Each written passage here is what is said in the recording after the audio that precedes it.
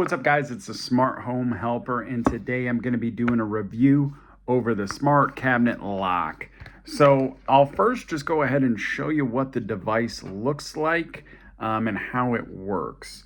So this is the smart cabinet device. There's no drilling needed whatsoever, and you just attach it to a drawer, and then you'll see there's a little lock here on the top that's going to prevent it from opening. Now, there are cards that you can utilize. You can utilize your Apple Watch as well, but if you swipe the card on it, it'll go ahead and unlock. So it's as simple as that. Use that card to lock and unlock the device. So that's what it looks like.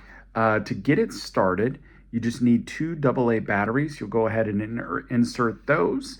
And I'll have a link down on the bottom so you guys can see the pricing for it. It's a really good price for a simple device to help protect drawers that you have in the house. So let me go ahead and show you what it would look like on a drawer, and then from there I'll do the final review for you guys. But if you have any questions, definitely let me know. All right, so I went ahead and installed it here. So I thought it would be easier to move it around and be able to let y'all see. But it would be, this is the front of the cabinet and this is the back of it.